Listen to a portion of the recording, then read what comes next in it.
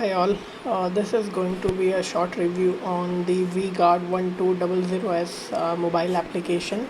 This is only an app review where I'm going to show you what are all the features of the application, and I'm not going to show you how to do the installation and other stuff. So you can pair this inverter to your app either via Bluetooth or via Wi-Fi. So I've done it via Wi-Fi. You can do it with Bluetooth as well. Now this is my home screen where you would see all the dashboard settings. As you can see here, now the solar is available, and but it is currently running on mains because the solar may not be strong enough. I will move on to the next tab. On the next tab here you can see all-time stats, a good representation.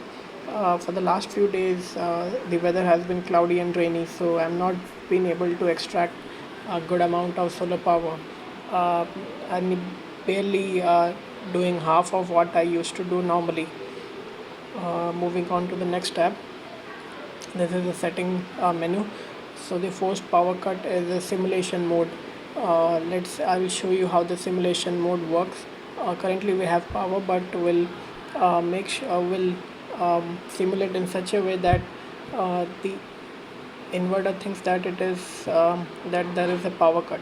So I'm cutting the power for 30 minutes. I go back to my main dashboard. Now I'll be able to see this beautiful dashboard changing numbers. So now you can see that the mains has been auto force cut, but the solar is still available. So now it's running both on solar and battery. See, the load is around 45%, which should be around more than 300 watts. So for 300 watts, more than 50% is from solar and 44% is from battery. So somewhat around 150 to 200 watts is being currently generated.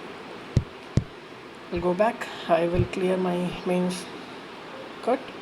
Yeah, and the turbocharging mode is a feature where if your battery is currently running below 70%, you can just turn it on. What this will do is it will charge your battery not via solar but through the mains.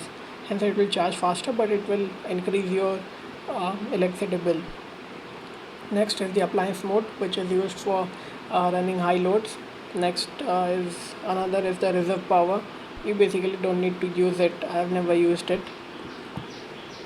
And holiday mode is just the bypass mode, and this setting is something which works on a battery mode.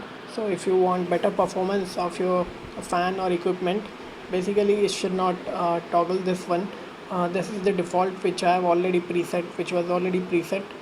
Just leave it as it is. But if you, let's say there is a longer power cut and you want to run your fans and all equipments for a longer time, drag this to the end where the performance is 0 and the battery performance, and the battery would last longer.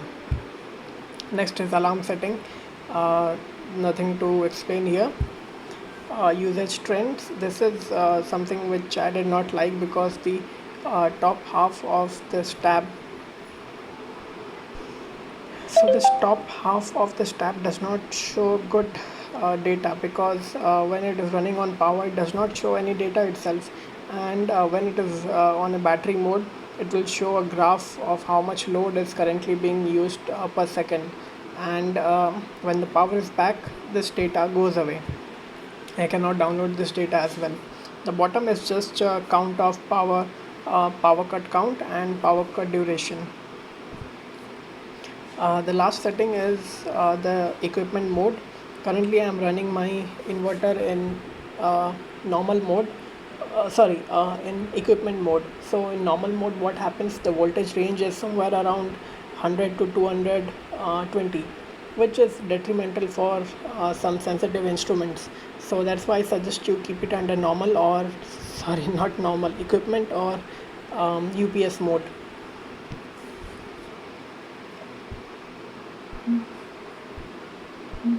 Yep, this one. Now next is the high charging setting. This high charging setting can be toggled from the back panel of the inverter. basically if your battery is below 150 Ah, you should keep it under normal charging. Next is the tubular setting window.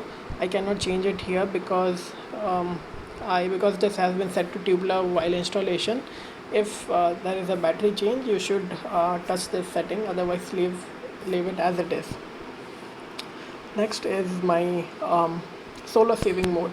I've kept it under max because what it does is it always charges the battery from the solar, not from the main. So in that way, I save some units from when I save some units because the battery is being charged from solar and not from the mains. Daytime load usage is see, as you can see here, this is something which for a regular home you do not need to use it. I've opened up the information panel for you to read.